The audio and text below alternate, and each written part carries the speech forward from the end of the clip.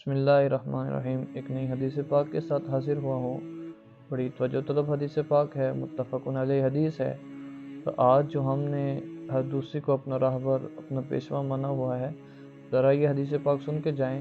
بخاری و مسلم شریف میں حدیث پاک موجود ہے۔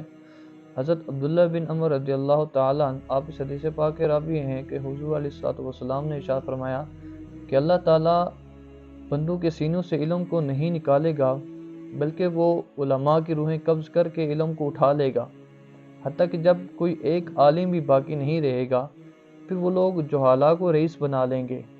پھر جب وہ ان جہالا سے، ان جاہلوں سے کوئی مسئلہ دریافت کریں گے، کوئی مسئلہ پوچھیں گے، تو پھر وہ جاہل جو ہوں گے وہ بغیر تحقیق کے، بغیر کسی علم کے وہ انہیں مسئلہ بتائیں گے۔ اور پھر حضور فرماتے ہیں دلو فدلو، یعنی وہ لوگ خود بھی گمراہ ہوں گے اور انہیں بھی گمراہ کریں گے۔